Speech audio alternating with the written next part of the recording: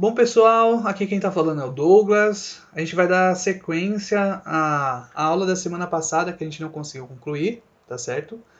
Essa aula vai ficar gravada para vocês. E assim, qualquer dúvida que vocês venham a ter após assistir essa aula, vocês podem entrar em contato comigo, tá? O meu contato está no slide, o slide está acessível para vocês na plataforma, tá bom? E vocês podem me procurar. Se for necessário, se tiverem muitas dúvidas, eu posso comunicar o Anderson para a gente poder fazer alguma monitoria extra, né? Tá bom? Eu estou à disposição para ajudar vocês, tá certo? Então vamos dar sequência aqui na nossa aula.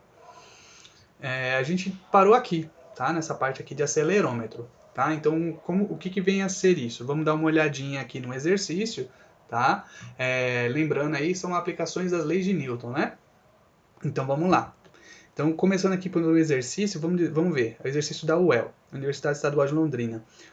Um observador vê um pêndulo preso ao teto de um vagão e deslocado da vertical, como mostra a figura a seguir.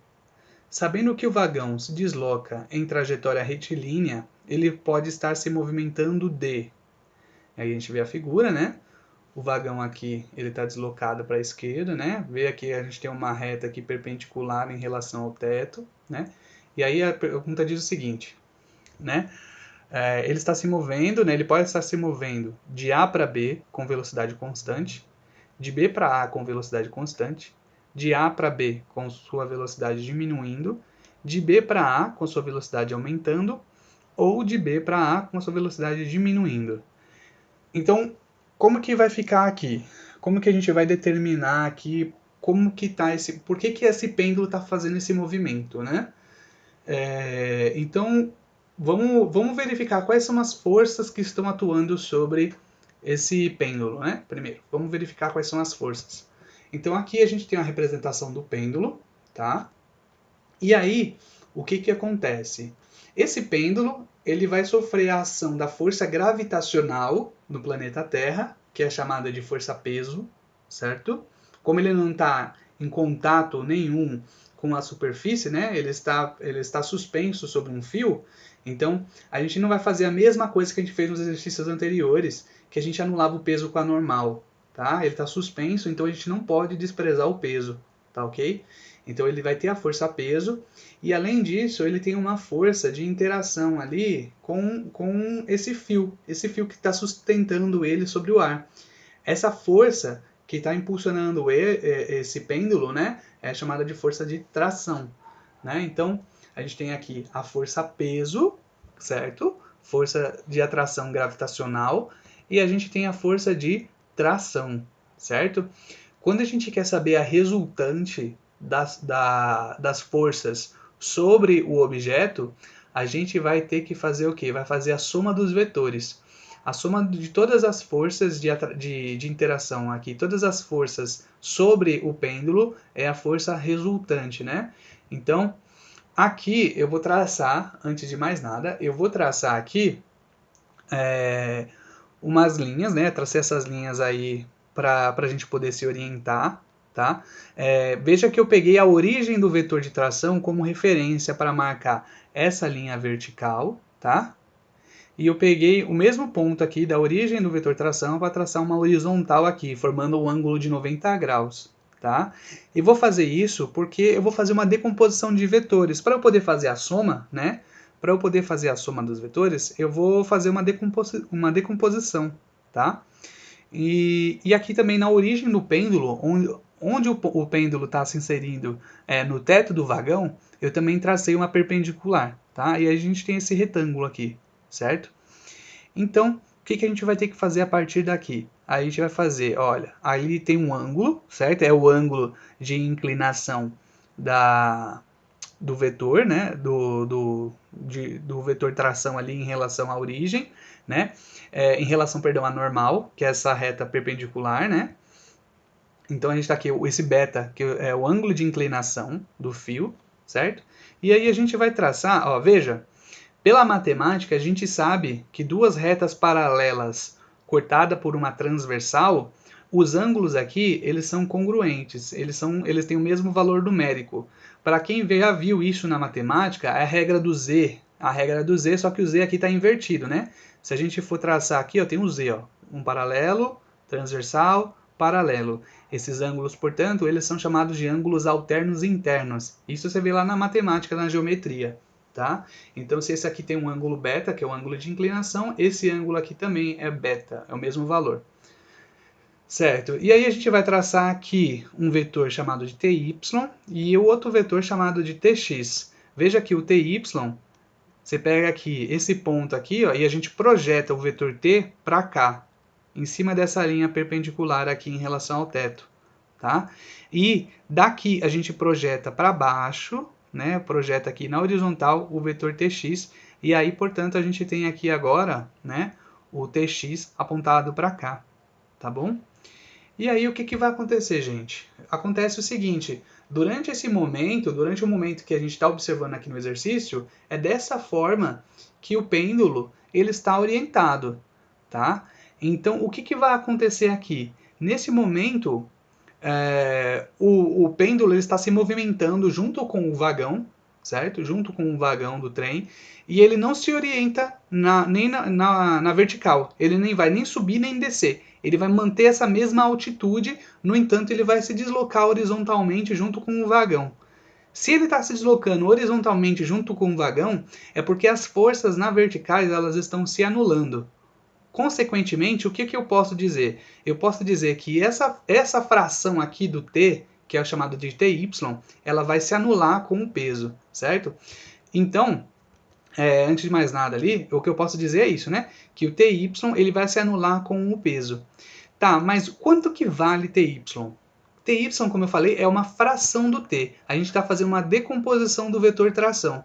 Depois que eu faço a decomposição do vetor tração, eu não preciso mais representar ele aqui não. Eu só vou ficar usando só o ty ou só o tx. E como que eu faço isso? Veja, o vetor ele está aqui. Esse vetor tx é uma representação do t sobre esse objeto, mas ele não precisa necessariamente estar nessa posição. Eu posso deslocar esse vetor t em qualquer lugar do espaço aqui que não vai fazer diferença. A gente sabe que esse vetor ele representa, né, nessa esfera. Então eu posso simplesmente pegar esse vetor e jogar ele lá para cima. Né? É o mesmo vetor, não mudou nada. Só que quando eu faço isso, eu consigo ilustrar melhor. Né? Que se eu somar o ty mais o tx, eu tenho um vetor t.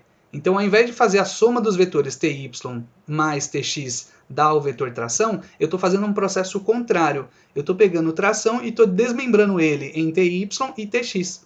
Veja que a soma desses dois vai dar o próprio vetor t. E fazendo isso, gente, a gente forma aqui um triângulo retângulo. Tá? Formando aqui um triângulo retângulo, veja que o ty e tx são perpendiculares, né? E a hipotenusa do nosso triângulo retângulo é o próprio vetor t, é o próprio vetor tração. Então a gente consegue determinar aqui o valor de tx em função de t e em função do ângulo de inclinação, certo? Como que a gente vai fazer isso? A gente vai usar as propriedades da trigonometria, tá? Então, como é que vai fazer? Veja, eu excluí ali agora o tx de baixo, né? Agora só estou com essa representação de cima. E agora a gente vai usar as propriedades da trigonometria. Então, a primeira relação que eu vou usar vai ser a relação de seno, né? Eu vou pegar esse ângulo beta aqui. Quanto que dá o seno de beta? Seno de um ângulo é o cateto oposto dividido pela hipotenusa. Qual que é o cateto oposto de beta? O cateto oposto de beta é o tx. E qual que é a hipotenusa do triângulo retângulo? É o próprio t. Então vai ficar que seno de beta é igual a tx dividido por t, né? E aí, consequentemente, se esse t está dividindo, quando eu passo por outro lado, ele vai passar multiplicando. E aí a gente tem que tx é igual a t vezes seno de beta. Repetindo, o tx aqui ele está dividindo por t. Quando eu quero passar esse t que está dividindo, passa para o outro lado da equação, eu passo multiplicando. Então aqui esse t está dividindo, vai passar como vezes t, né? T vezes seno de beta. E a gente tem aqui, portanto, a representação de tx. Tx é o t, é o próprio vetor t, multiplicado pelo seno do ângulo beta. Ou seja, a gente tem o valor dessa parcela, né, da tração em função da própria tração e em função do próprio ângulo, né, do ângulo de inclinação. Sabemos o Tx, agora a gente precisa saber o Ty. O Ty, a gente vai usar outra relação trigonométrica, a gente vai usar a relação de cosseno, né? Cosseno de beta, ela é o quê? É o cateto adjacente dividido pela hipotenusa. Qual é o cateto adjacente de beta? É o Ty. E qual que é a hipotenusa? É o t. Então a gente tem que cosseno de beta é igual a Ty dividido por t. Da mesma forma como a gente fez anteriormente, a gente vai passar o t multiplicando. E aí a gente vai ter o Ty em função de t. Né? Então nós temos Ty é igual a t vezes cosseno de beta. Né? Então, pronto, agora que a gente já sabe o Tx e o Ty em função de t, a gente não precisa mais trabalhar com o t. Só trabalha só com o Tx e só com o Ty. E aí, qual é a consequência? A gente sabe, né, que durante essa freada aí, ou durante essa aceleração, a gente não sabe se é freada ou se é aceleração, a gente não sabe de nada a princípio.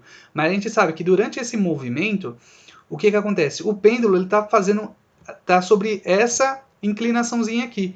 Então ele está se movimentando junto com o vagão, mas ele nem sobe nem desce, ele está paradinho aqui no ar.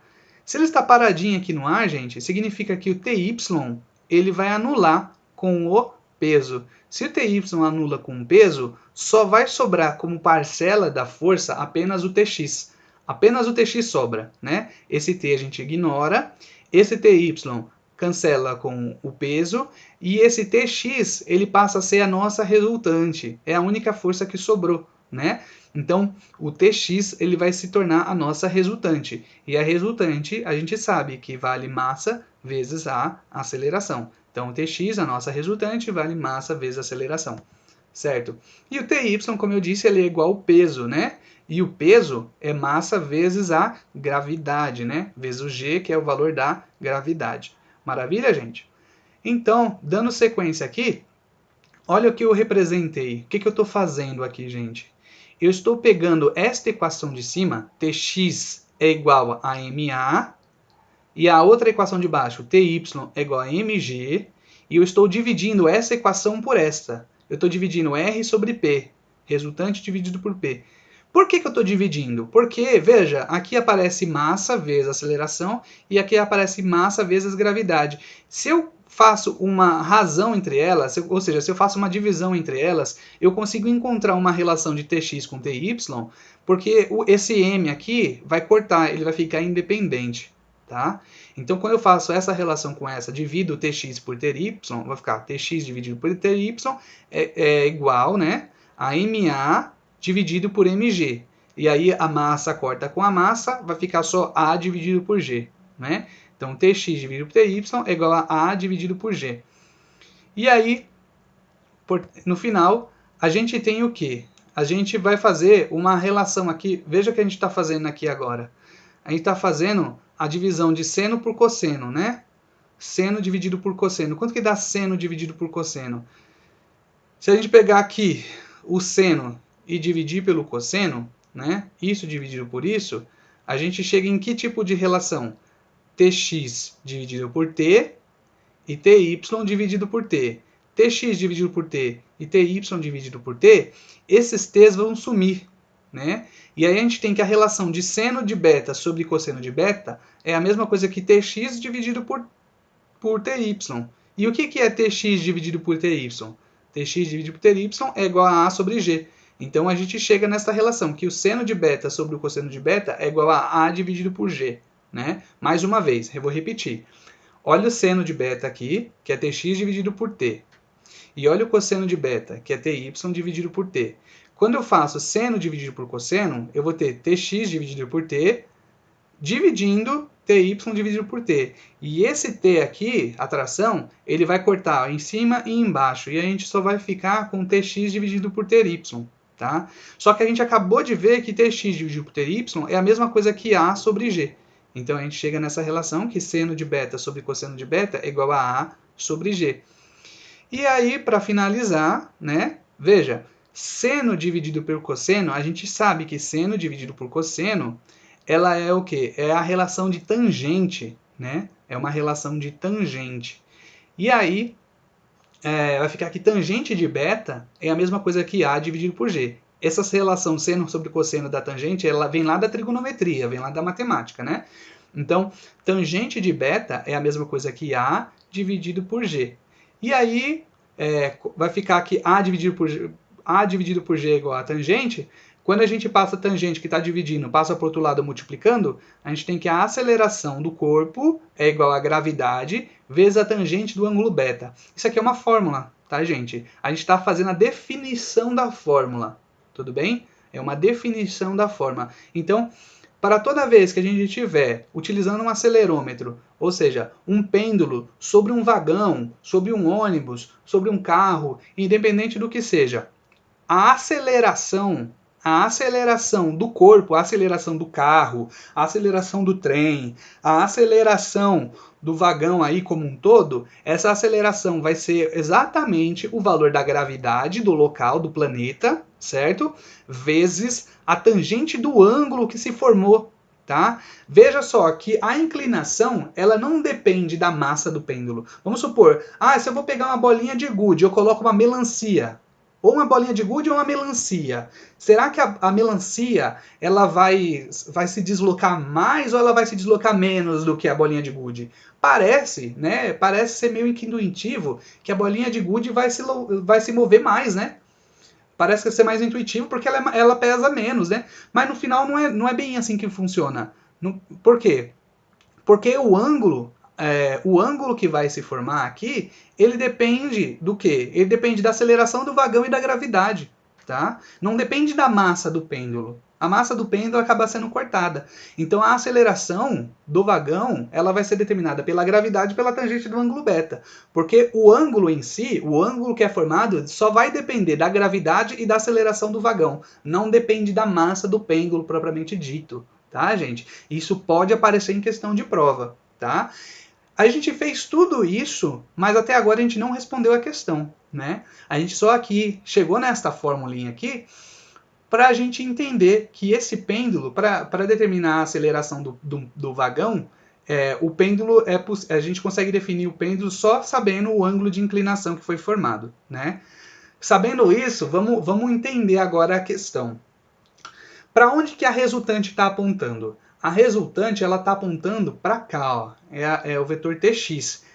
Então, ó, se o pêndulo está aqui, veja que essa perpendicular aqui é a reta normal, né? É uma reta normal que vai se formar. Esse pêndulo ele sempre vai estar apontado para cá, para esse centro aqui, ó. É para cá que esse pêndulo ele vai estar apontando sempre. É para lá que a resultante aponta. Se é para lá que a resultante aponta, é para lá que a aceleração também está apontando, né? Porque a aceleração e a resultante, elas sempre apontam para o mesmo sentido, né? Então, no caso, o vetor, para essa figura, o vetor resultante, ou seja, o vetor aceleração também, está apontando de A para B. Está apontando para cá, para a direita, certo? Mas cuidado, a aceleração não é o local que determina para onde o vagão está indo. Quem determina o movimento do vagão, para onde o vagão está indo, se o vagão está indo para a direita ou para a esquerda, é o vetor velocidade, não é o vetor aceleração, é o vetor velocidade, tá? E aí, cuidado com isso, porque se a aceleração está apontando para a direita, não significa dizer que o vagão está indo para a direita. Não, o vagão pode estar indo ou para a direita ou para a esquerda. Quem vai determinar isso é a velocidade, tá? E aí, o primeiro ponto que a gente precisa entender, para esse pêndulo formar esse ângulo, né, em relação à normal, para esse pêndulo formar esse ângulo, é necessário que haja uma resultante. Se há uma resultante, significa dizer que existe aceleração. Se existe aceleração, o movimento ele não pode ser uniforme, porque se o movimento for uniforme, o pêndulo ele não desvia. O pêndulo ele fica na vertical, perfeitinho ali na vertical. Ele não vai se movimentar. Esse acelerômetro ele só se movimenta, ele só cria um ângulo só se o objeto estiver acelerando ou diminuindo a velocidade, né? Ou freando, né? Por isso ele chama acelerômetro. Ele só vai se deslocar se houver uma aceleração. Tá? Então a gente já pode excluir a alternativa A e a alternativa B, que diz que a velocidade está constante, e é mentira. Esse movimento, esse fenômeno só se observa quando existe uma resultante. Tá? Beleza. Agora, o que vai acontecer? Acontece que a gente precisa entender qual é o processo que está acontecendo aqui. Ou o pêndulo está, ou o vagão está indo de A para B, ou ele está indo para a direita, ou o vagão está indo para a esquerda. E aí a gente precisa entender aqui o processo.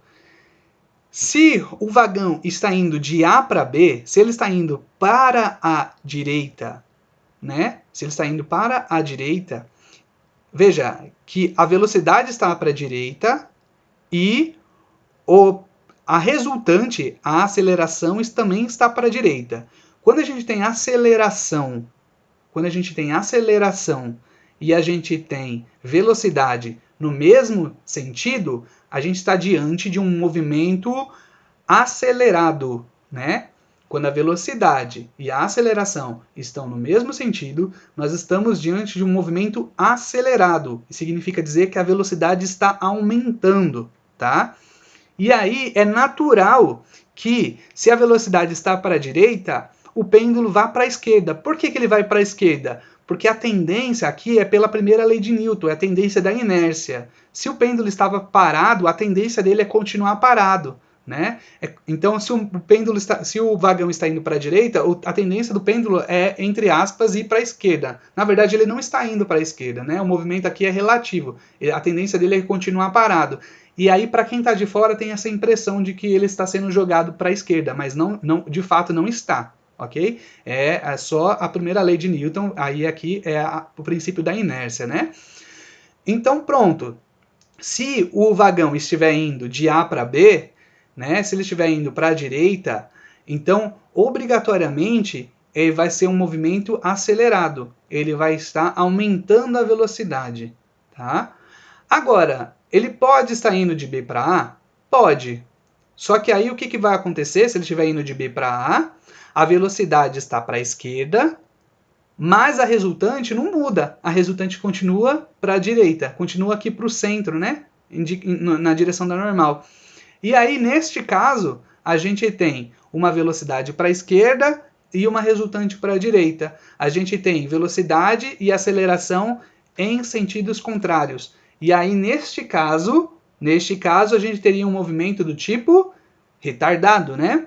Um movimento retardado é quando a velocidade ela vai diminuindo. Ou seja, é como se o vagão estivesse indo de B para A, só que ele está freando. Imagina você dentro de um ônibus e aí o ônibus freia com tudo.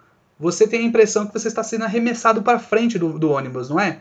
Mas não. Na verdade, a tendência do seu corpo é seguir o movimento, né? A tendência é seguir o movimento. Então, veja, na outra situação, quando a velocidade está para a esquerda, é como se o vagão estivesse freando. E aí, quando o vagão está freando, o pêndulo é meio que arremessado para frente. Tá? Ele não, eu estou usando o termo arremessado, mas esse termo está incorreto, tá, gente? Porque ele não está sendo arremessado coisa nenhuma. Na verdade, ele está tendendo o movimento a seguir em linha reta, né? Em movimento retilíneo uniforme. Primeira lei de Newton, certo? Então é isso. A gente tem as duas situações. Ou ele está indo de A para B em movimento acelerado, a velocidade está aumentando, ou ele está indo de B para A com a velocidade diminuindo, né? Então, movimento retardado. Qual das alternativas, então? Vamos ver. A letra C.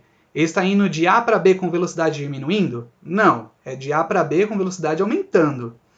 Ele está indo de B para A com a sua velocidade aumentando? Não, ao contrário. De B para A, a velocidade dele está diminuindo. E a alternativa, letra E, de B para A com a velocidade diminuindo? Sim. Aí sim. Então, a gente fica com a alternativa letra E. Tá? Eu quero que vocês prestem atenção e refaçam esse exercício, tá? Tentem entender que esse exercício tem que ficar muito bem claro, tá? Esse exercício é um exercício mais teórico, tá? Isso daqui é só para vocês entenderem de onde vem a aceleração, a resultante, tá? E vocês entenderem que essa aceleração independe, né? O ângulo que foi formado aqui, ele independe da massa do pêndulo, tá? Ele só vai depender da gravidade. Tá? Só depende da aceleração da gravidade o ângulo, né, que foi formado. Depende da aceleração do vagão e depende da gravidade. Ok? Então, bora lá. Continuando, aqui a gente agora vai para as máquinas de Atwood, ou as polias, né? Mais fácil de chamar de polia, tá? Então, aqui o exercício é um pouquinho mais fácil, mas cuidado, porque aqui vai ficar um monte de setas, vai ficar seta para todo lado, então vai ter uma complicaçãozinha aqui na hora de interpretar. Quem for pegar exercício no meio do processo, não vai entender muito bem, porque vai ficar um monte de seta por aí, tá? Então vamos lá. Um corpo de massa 12 kg está suspenso por um sistema de polias e cordas, como mostrado na figura. Um homem puxa a corda com uma força de 18 newtons. O homem está puxando a corda aqui, né? E esse peso aqui tem 12 kg, né? Suponha que esses elementos são ideais, ou seja, todos os fios aqui são ideais. As polias não têm peso e não há atrito entre as polias e as cordas, e estes são inextensíveis e sem peso, ou seja, uma situação completamente ideal. Tá? Pergunta-se, o corpo irá subir ou descer e com qual aceleração? Adote para a aceleração da gravidade g igual a 10 metros por segundo ao quadrado. Então, vamos entender esse processo aqui. Veja, eu tenho aqui uma polia, que é um sistema de rodas, tá? Rodas, e aqui tem um fio. Esse fio está passando por aqui, ó. Olha por onde o fio está passando. Ele passa aqui da mão dele, ele chega aqui nessa roda, ele passa, ele rodeia aqui, ó, faz esse contorno. Aí o fio desce, aí ele faz o contorno sobre esta polia, depois ele sobe e fica preso aqui no teto. Aí, olha esse aqui. Esse fio aqui ele sai e se liga ao centro, ao eixo da polia.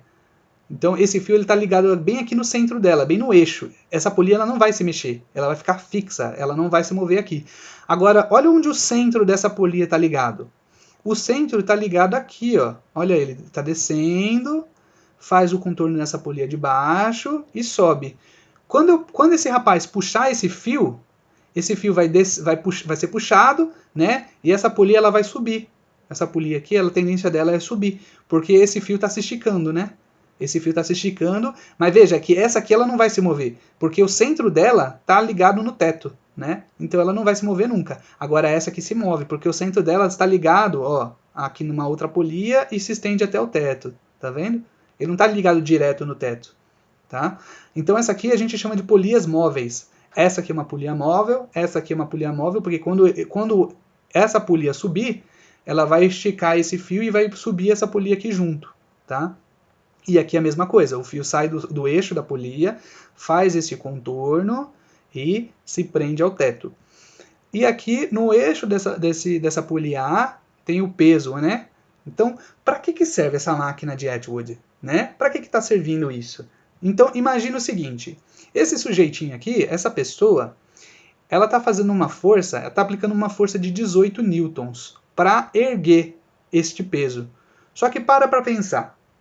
Quando ele vai erguer o peso, ele vai erguer o peso desse objeto, certo? E qual que é o peso do objeto? O peso não é a massa vezes a gravidade? Se o peso é 12 kg e o peso vale 10 e a gravidade vale 10, então o peso desse objeto é de 120 newtons. 120 newtons.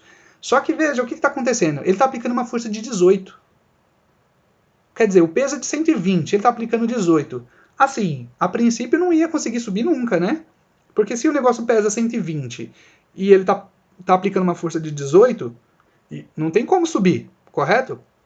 Então, a máquina de Atwood, essas polias, elas vão fazer o quê? Elas vão transferir parte do peso, vai ficar sobre o teto, tá? É o teto que vai exercer uma força para poder erguer. Então, parte do peso fica sobre o teto.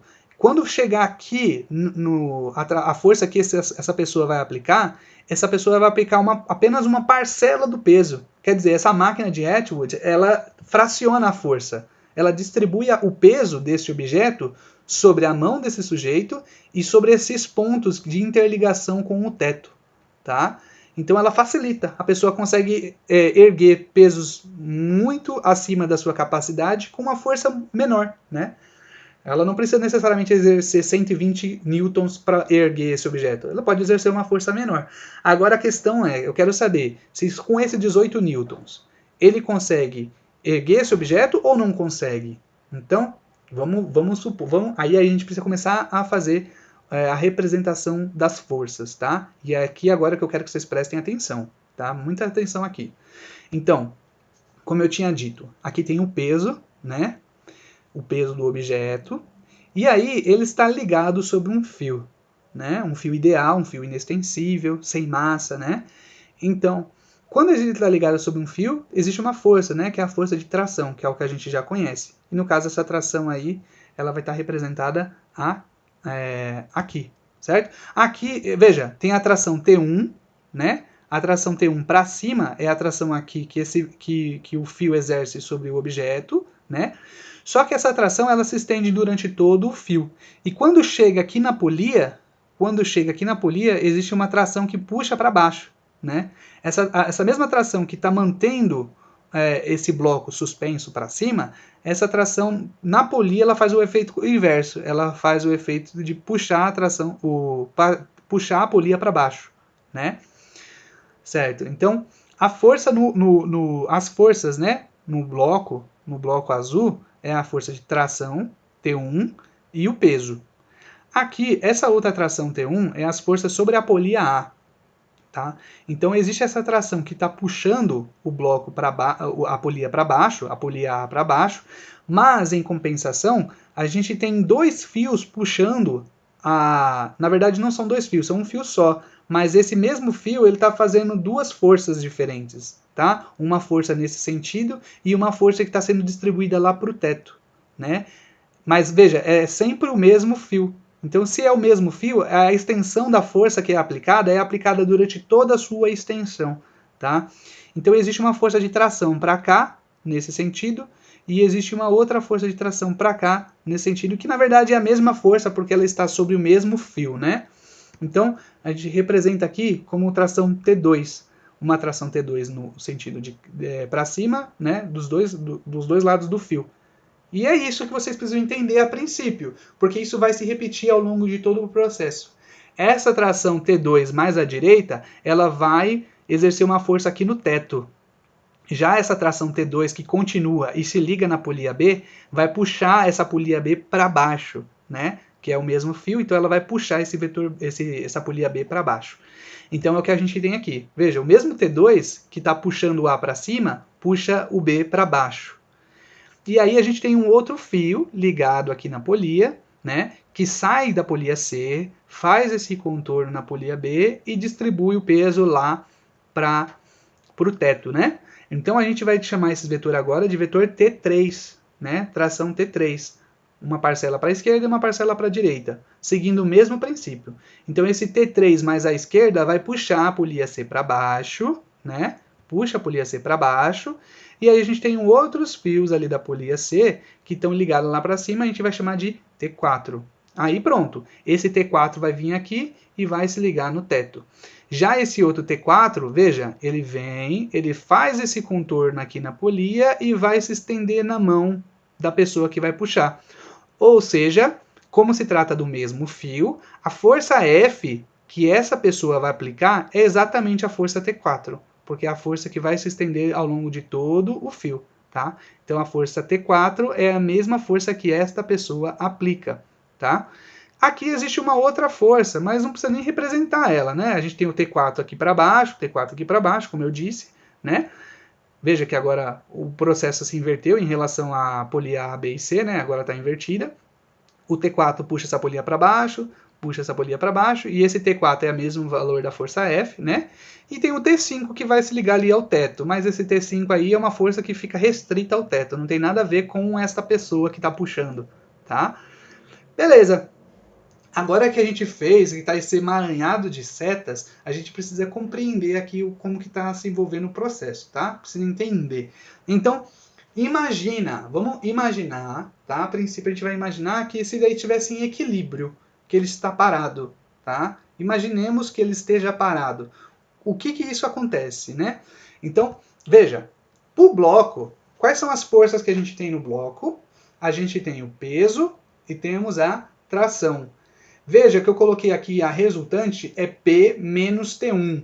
Se eu coloquei P, que a resultante é P menos T1, eu estou representando o nosso sentido positivo, eu estou representando o sentido positivo para baixo, tá, gente? O sentido positivo está para baixo, por isso que o P está positivo. Esse P está positivo. E esse T1 aqui, como ele está para cima, ele ficou negativo. Ai, professor, mas eu não quero assim, eu quero deixar positivo para cima. Posso fazer isso? Pode. Aí vai ficar T1 menos P. Quando você fizer T1 menos P, você vai colocar igual a M vezes A. Quando a gente for fazer os cálculos, a única coisa que vai acontecer é que o seu sinal vai ficar trocado em relação ao meu, né? Tá? Então não tem problema, você pode fazer isso, mas você tem que saber o que você está fazendo, tá? Você tem que saber o que você está fazendo. Você orientou para cima, lembra que o sinal só representa qual é o sentido que você adotou. Eu estou adotando para baixo como sentido positivo, por isso que o meu peso ficou positivo e a tração ficou menos T1, tá? Tanto faz. Então, resultante, P menos T1 é igual a massa, né? A massa desse corpo vezes a aceleração dele. Tá? É isso que a gente aprendeu, né? Certo. Vamos ver agora os cálculos para a polia A. Para a polia A, né? Para a polia A, o que está acontecendo? Vamos supor que ela esteja em repouso aqui. Vamos supor que ela esteja em repouso. Então a resultante é nula. Aqui eu não representei como resultante nula, a princípio. Tá? Mas depois eu explico o que vai acontecer aqui.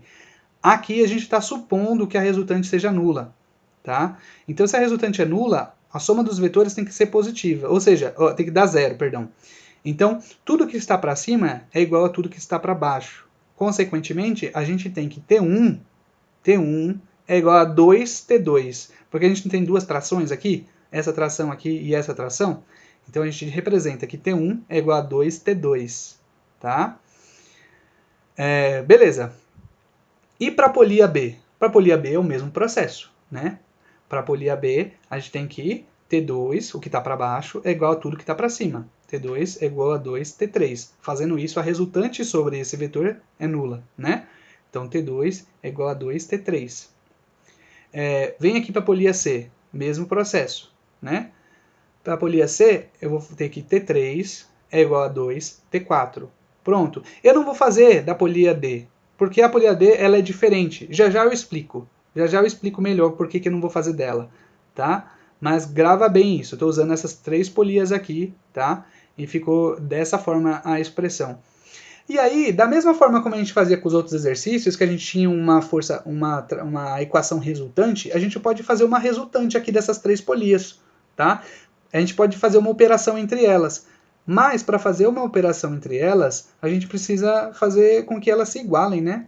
Os valores ali sejam iguais para que a gente consiga fazer operações entre essas equações, né?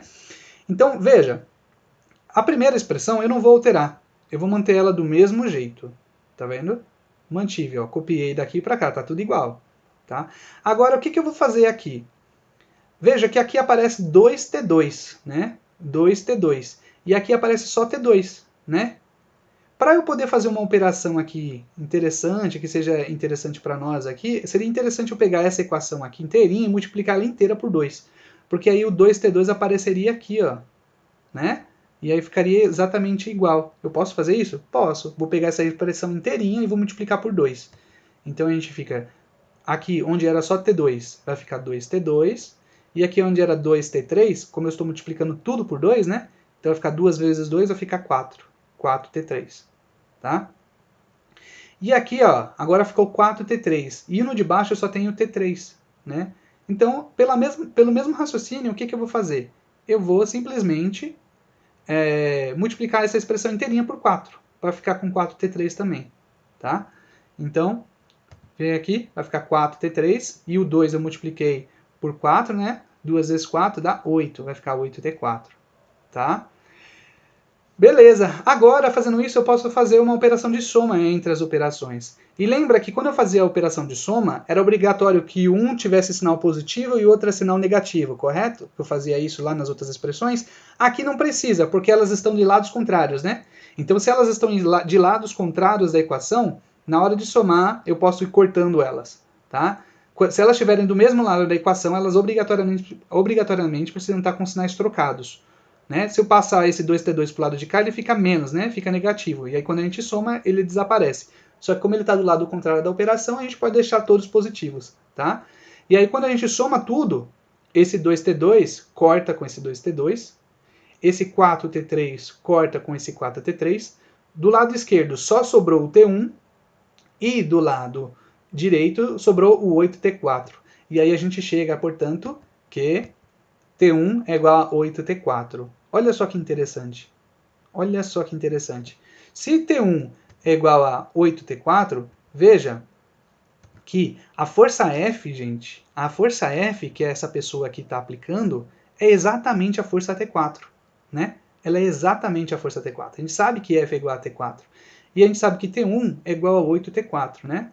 Então, a gente tira o quê? Que T1 é igual a 8 vezes o F. Ou seja, o peso que tem aqui embaixo, que é o peso da tração, lembra que esse T1 é igual ao peso, né? O peso que tem aqui embaixo, ela é 8 vezes menor do que a força que a pessoa está aplicando aqui. Né? Se a gente passa esse 8 para cá dividindo, a gente sabe que a força F que essa pessoa está aplicando, ela é T1 dividido por 8. Ou seja, ela é 1/8 do peso do objeto. A força que ele está fazendo é 1/8, tá, gente? Então, o que eu quero que vocês entendam é o seguinte. Veja que essa polia aqui, o que aconteceu com ela? Essa polia aqui, ela está presa no teto. Ela não vai fazer alteração nenhuma. Ela vai deslocar todo o peso dela para o teto aqui. Agora, essas polias que estão interligadas aqui pelo centro, essas polias aqui, elas são chamadas polias móveis. Tá? Então, para cada sistema de polias que a gente tem, cada polia móvel divide o peso pela metade. Tá? Então, essa polia aqui, uma polia móvel, se só tivesse uma polia móvel, vamos supor, ao invés de 3 polias móveis, a gente tivesse apenas uma polia móvel. Então, a força que essa pessoa aplicaria aqui seria a metade do peso desse objeto. Tá? Porque, veja, uma polia móvel divide pela metade. 2 polias móveis divide a metade da metade. O quanto que é a metade da metade? É 1/4. Tá? 2 polias móveis é 1/4 do peso. E 3 polias móveis? 3 polias móveis é a metade da metade da metade. Ou seja, meio vezes meio vezes meio. E isso dá 1/8. Tá? Então é 1/8 do peso. Tá? Então, professor, eu vou ter que fazer isso toda vez nos exercícios? Não precisa. Não precisa. Agora você está sabendo que para cada polia móvel que a gente encontra, o peso, a força que o sujeito aqui, que a pessoa vai aplicar, ela corresponde a uma fração, né? A uma parcela que, para cada polia móvel, é a metade do peso, tá? Ok, gente?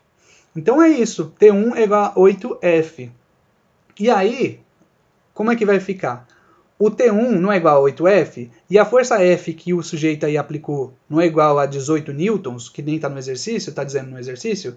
Então, quanto que vale T1? T1 é igual a 8 vezes 18. E quanto é 8 vezes 18? Dá 144 newtons. Opa, pera lá.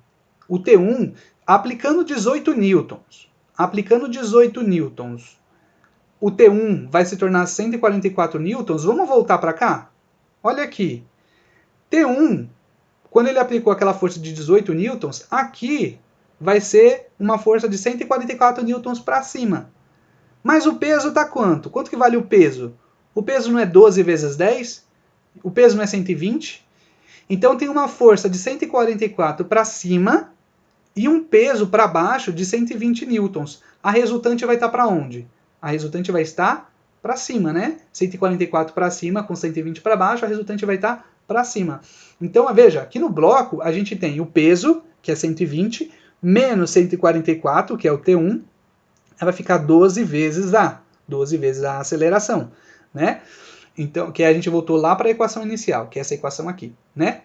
Então, como é que fica? Vai ficar aqui 120 menos 144, vai ficar menos 24. Menos 24 é igual a 12A, né? Então, a aceleração vai ficar menos 2 metros por segundo ao quadrado. Ai, professor, mas está negativo. Pois é. Lembra que eu falei no início? Lá no início, eu tinha dito que eu orientei para baixo como positivo. A aceleração deu negativa, significa dizer que a aceleração está para cima.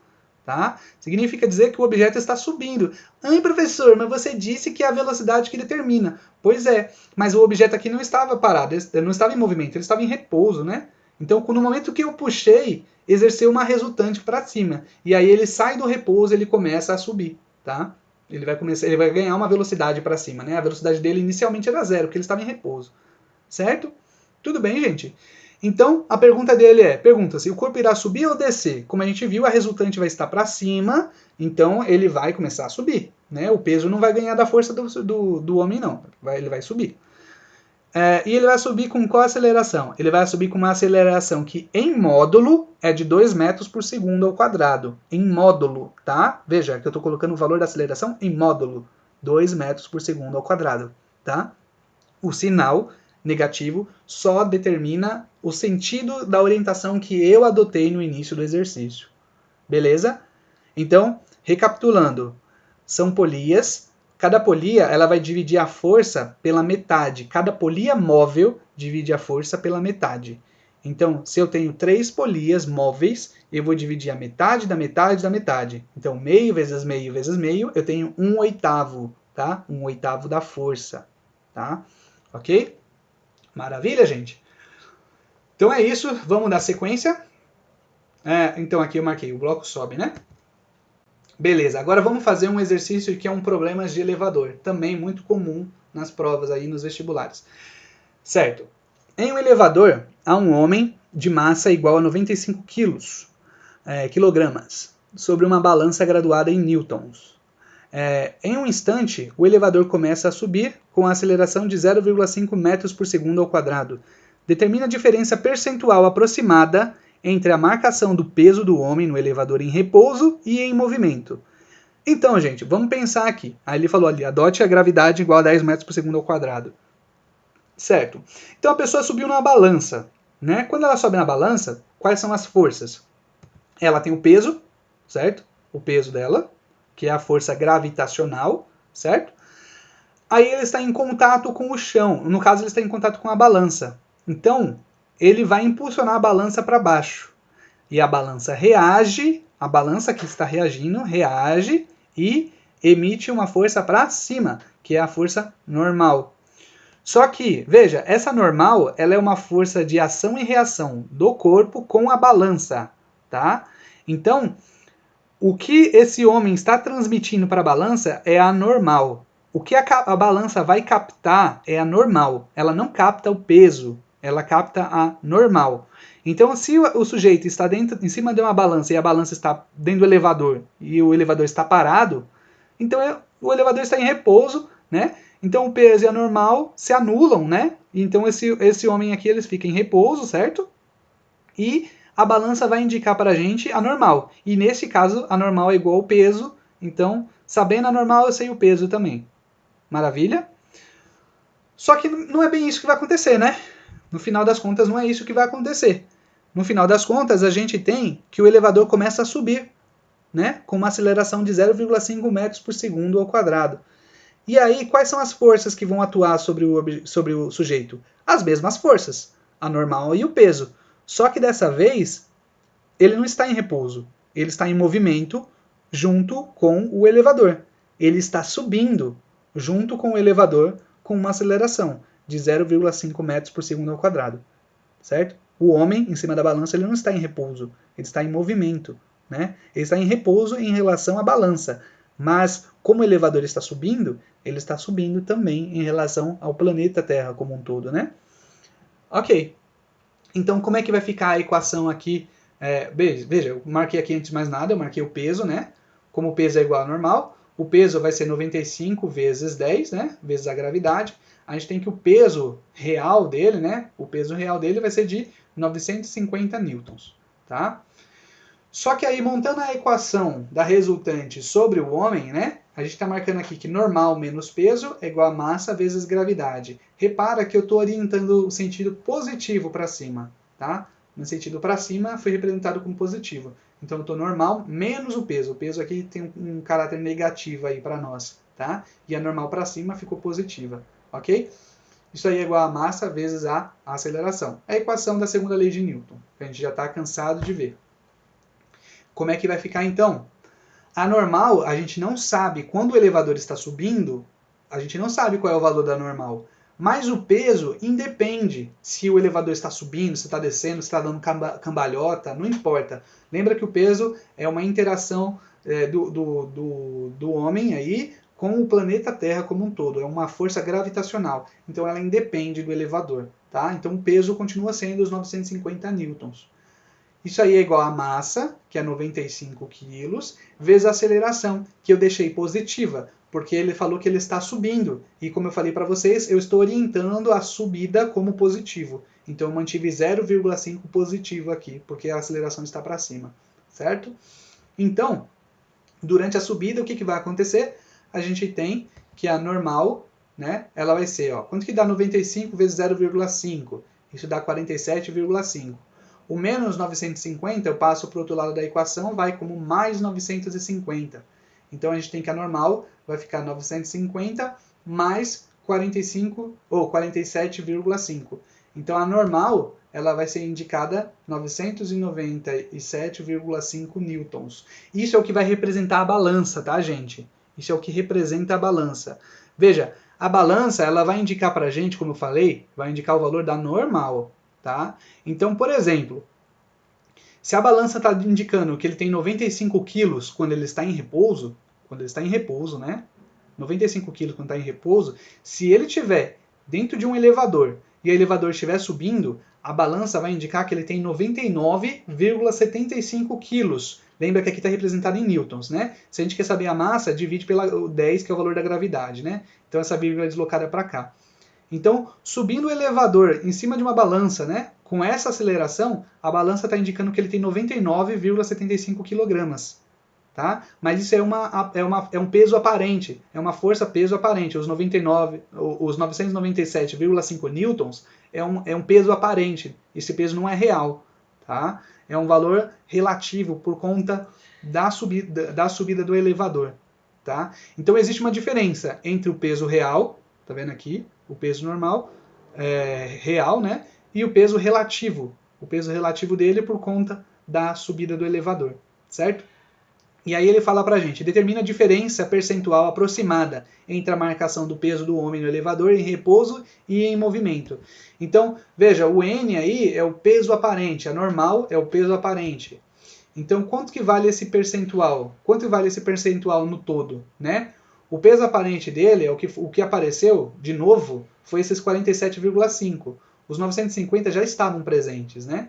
O que apareceu de novo foi esses 47,5. Quanto que esses 47,5 representa nesse todo aqui, ó? Quanto que isso aqui representa nesse todo, nesse peso aparente dele? Então a gente pega a parcela, divide pelo total e multiplica por 100, para a gente saber quanto que vale o percentual, né? Então, fazendo essa continha aqui, a gente chega que o percentual dá aí aproximado 4,8%, tá? Então, fazendo a continha, deu os 4,8%, resposta correta, letra C. C de certo, C de correto, tá? Então, veja, que o processo é o mesmo, tá? Como eu falei para vocês, lá na aulinha, o processo é o mesmo, né? É tudo repetição, tá? É tudo repetição, a gente sempre vai usar as mesmas relações, né, das equações, né, das leis de Newton, basta marcar o peso, basta marcar normal, vai marcando todas as forças, os vetores, e aí a gente vai fazendo as relações. Mas primeiro começa com a física, tá? Certo? Entendeu? Sacou? Espero que tenha entendido. Plano inclinado. Eu acho que esse aí é o último que ficou faltando, tá? Então, como que vai fazer esse exercício? O processo é o mesmo. Só que aqui vai entrar um pouquinho de trigonometria por conta de decomposição de vetor. No final das contas, gente, é o mesmo processo, tá? Então, como é que vai ficar aqui? Primeiro que a gente faz, de lei, vamos marcar as forças, né? Então, são dois blocos, né? E aqui no bloco A, agora a gente vai marcar a força-peso, o PA. Ai, professor, mas antes você não marcava o peso. É porque antes o movimento estava na horizontal, né? E na horizontal o peso se anulava com a normal e não precisava representar, ficava menos bagunçado o nosso desenho. Agora o movimento aqui está um movimento oblíquo, né?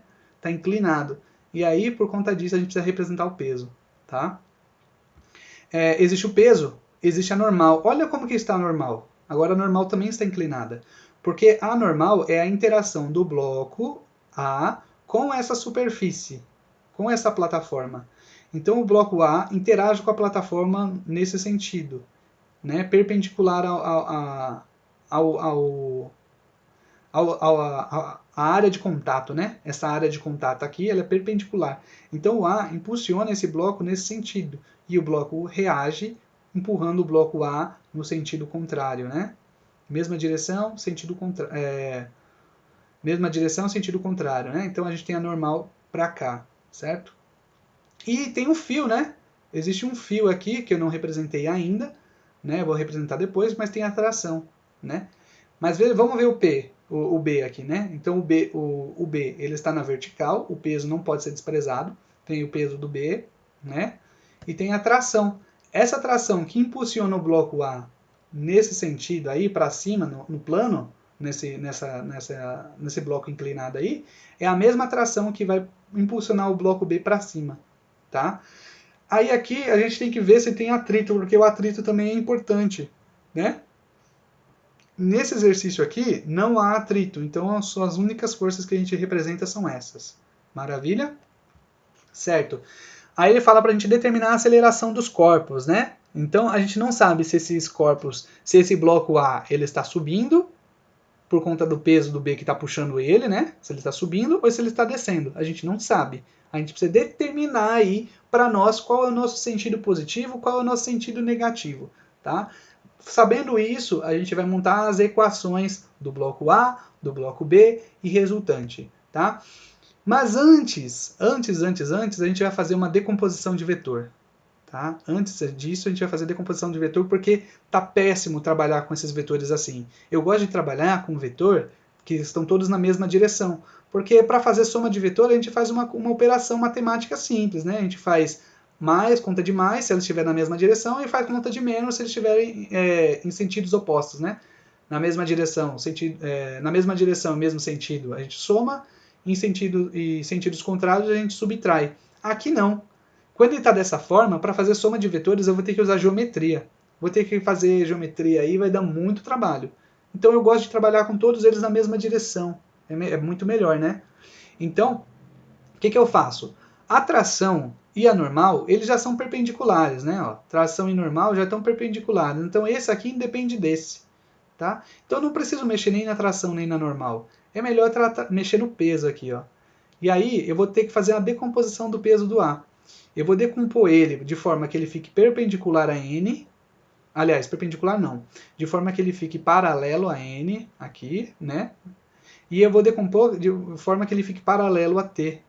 Quando eu fizer isso, eles vão ficar perpendiculares, os dois vetores que vão se formar, eles vão ficar perpendiculares e vai formar um triangulinho, sendo que a hipotenusa é o próprio vetor P. Da mesma forma que a gente fez lá atrás com outro exercício ali de acelerômetro, né? Então, o que a gente vai fazer? Eu vou chamar esse aqui, esse vetor que foi formado, eu vou chamar de PAY, né? Esse aqui é o PA, né? O peso, e esse aqui novo formado vai ser o PAY. E depois, o outro vai ser formado para cá, perpendicular ao PAY, eu vou chamar de PAX. E aí a gente tem esse PAY e esse PAX, eles são parcelas do vetor peso, né? Achando o valor do PAY e o PAX, a gente consegue eliminar esse peso aqui, tá? A gente não precisa trabalhar com ele, só trabalha com as parcelas, ok? E aí, da mesma forma que a gente fez com o acelerômetro, a gente vai fazer para cá. O PAY e o PAX, eles vão depender principalmente desse ângulo de inclinação aqui, ó. Esse ângulo de inclinação de 30 graus. Como é que vai ficar? Veja, cuidado aqui, tá, gente? Cuidado aqui, porque a gente vai ter que formar um triângulo retângulo, né? Aqui o triângulo retângulo não está muito bem representado, mas veja assim. Pensa que esse PAY aqui, ele está aqui, ó. Ele está aqui, fechando um triangulinho. Então tem esse cateto, teria um outro cateto aqui, e esse aqui seria a nossa hipotenusa, né? Certo? Então, veja, que esse PAY, ele está formando um ângulo de 90 graus, né? Ele está formando um ângulo de 90 graus com essa superfície aqui, ó. Com essa superfície aqui, com o plano aqui do do nosso exercício. E aqui, se a gente pegar esse vetor peso, olha esse vetor peso aqui, ó, veja o que ele está fazendo aqui. Deixa eu ver se eu consigo... deixa eu ver aqui... Não consigo, mas não tem problema. Veja que aqui, olha que um triangulinho que eu consigo formar aqui também, olha. Aqui tem um triangulinho, tá vendo? Aqui, ó. Aqui, a gente pode pegar, puxar com esse peso para cá, tá vendo? Forma um triângulo retângulo aqui. Esse ângulo que é formado entre essa superfície e esse vetor peso é um ângulo de 90 graus, né? Ele é perpendicular. Então aqui a gente tem 90, aqui a gente tem 30, e aqui a gente vai ter quanto para fechar os 180 graus? Se aqui tem 90 e aqui tem 30, aqui precisa fechar, para fechar os 180, vai ficar faltando 60, né? Vai ficar faltando 60 graus. Então o ângulo entre P, PA e essa superfície é de 60 graus. Agora, vamos voltar aqui para o nosso triangulinho, pequenininho. Aqui a gente tem um cateto, que é esse PAX, né? A gente tem um cateto para cá, a gente tem esse outro cateto para cá, que é o PAY, e a gente tem a hipotenusa, que é P. Entre o PAY e o PAX, a gente tem aqui um ângulo de 90 graus, certo? E aqui, quanto que vale esse ângulo? Eu não sei. Mas eu não sei que isso aqui tudo isso daqui vale 90 graus? O PAY ele não está perpendicular a esta superfície?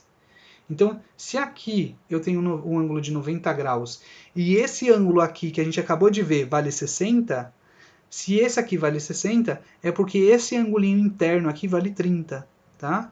Então, é simples, eu só estou mostrando para vocês, isso vai acontecer sempre, tá, gente? Sempre vai acontecer isso. Então, o ângulo de inclinação, eu estou mostrando a primeira vez. Depois vocês não precisam ficar pensando nisso várias e várias e várias vezes, porque vai ser sempre repetido, tá? Então, a gente tem aqui o ângulo de 30.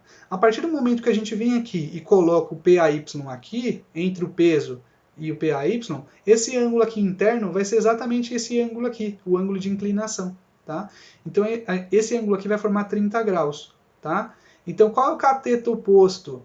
Então, ó, seno de 30 é igual a cateto oposto sobre a hipotenusa. Qual que é o cateto oposto desse? O PAX foi formado aqui, né? Tá aqui. Então, o cateto oposto dele seria o PAX. E qual é a hipotenusa? É o próprio P. Então, seno de 30 é PAX dividido por PA, certo? E aí, a gente tem que PAX, né? O PA está dividindo, passa para o outro lado multiplicando. Então, PAX é igual a PA vezes seno de 30. Seno de 30, a gente conhece, vale meio, né? Olha aqui, foi dado no exercício, mas é um ângulo notável, tem que saber de cor, né? Então, seno de 30 vale meio, então, e o peso de A a gente já sabe, né? O peso de A vai ficar 20, né? Vezes 0,5, a massa vale 2, a gravidade vale 10, então vai ficar 20 vezes 0,5, né? Então, 20 vezes 0,5, a gente sabe que o PAX vale 10 newtons, né? PAX vale 10. Maravilha! Ai, professor, e agora a gente vai ter que usar cosseno para a gente calcular o PAY. Não precisa. Por que não precisa? Porque quando o exercício estava na horizontal, o peso e a normal eles se anulavam. Aqui o movimento está oblíquo. Ele vai fazer um movimento nesse sentido aqui.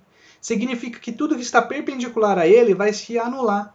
Significa então que o PAY anula com a normal. Então, normal e PAY se anula, eles não são importantes para o nosso cálculo. Mas eu posso calcular o PAY? Posso. Eu vou usar a relação de cosseno, tá? Posso. E a normal, ela não vai ser igual ao peso. A normal ela vai ser igual ao PAY, porque eles estão aqui, né, na mesma direção e sentidos contrários, né? Então, se eu quiser calcular normal, calculo o PAY. Calculando o PAY, eu tenho o valor da normal. Como eu não preciso disso, esse aqui vai cancelar com esse e a gente dá sequência no nosso exercício, tá? Ficamos, portanto, com PAX para baixo, né? Escorregando o nosso bloco para baixo, a tração impulsionando para cima, essa tração impulsionando para cima o B e o peso de B impulsionando para baixo, né? Então a gente vai começar a montar agora as nossas equações. Para o bloco A, veja, eu coloquei que T menos PAX. Se eu coloquei T menos PAX, eu estou orientando, eu estou supondo que o bloco B vai puxar. Se eu estou supondo que o bloco B vai puxar, eu estou supondo esse movimento nesse sentido aqui, ó, daqui para baixo, da esquerda para a direita, de cima para baixo. Eu estou orientando esse sentido como nosso sentido positivo, tá? Então vai ficar como? Vai ficar T menos Px é igual a massa do A vezes a aceleração. A equação do bloco B, como eu falei, eu estou orientando para cá como por sentido positivo. Então o peso do B está positivo e essa tração está negativa, né? Peso de B menos tração é igual a massa do B vezes A. Tem a equação dos dois blocos, vamos achar a equação do sistema. Esse T menos esse T, corta, corta, vai ficar peso de B menos Px, vai ser igual a massa do A mais a massa do B, vezes a aceleração. E aí, pronto, só substituir, a gente tem o valor da aceleração. Então, o peso do B, a gente sabe que é 20 quilos, perdão, 20 newtons, né? O peso de Px, a gente já acabou de calcular, vale 10 newtons. A massa do A vale 2, a massa do B também vale 2, vezes a aceleração. Então vai ficar 20 menos 10 dá 10, 2 mais 2 dá 4, 10 é igual a 4A. Passa o 4 dividindo, a gente tem que A é igual a 10 dividido por 4, isso dá uma aceleração de 2,5 metros por segundo ao quadrado. Deu positivo, e a gente orientou para baixo como positivo. Ou seja, esse bloco B está descendo e está puxando o bloco A para cima, tá? Então ele está fazendo um movimento aqui. Essa polia, ela está girando aqui no sentido horário, tá? Ela está girando no sentido horário aqui. Esse bloco está descendo e esse aqui está subindo, tá bom, gente? Entendeu? Espero que tenha entendido, tá? Bom, é isso. Eu acredito que a gente já tenha acabado. Esse exercício aqui, esquece que isso aqui não tem nada a ver, foi até retirado. Se tiver no slide, gente, ignora, porque isso aqui não era para estar aqui, tá? Na versão final a gente já tinha excluído. Globo da Morte vai ficar para a próxima aula, tá bom? Então é isso, gente. Espero que vocês tenham gostado. Vou voltar aqui lá para a minha apresentação inicial. Quem tiver dúvidas nesta aula pode entrar em contato comigo ou pode entrar em contato com o João Vitor, tá? Aí está o nosso Instagram, quiser seguir lá, segue lá, pode entrar em contato comigo ou com o João. Também, eu estou no grupo dos alunos do Portal de Física, vocês podem me procurar lá também para tirar eventuais dúvidas. E é isso. Espero que vocês tenham gostado. Desculpa se ficou muito grande a aula, mas é para deixar bem completinho para vocês não terem nenhuma dúvida sobre esse conteúdo. Tá certo, gente? É isso. Um forte abraço a todos e até a próxima aula.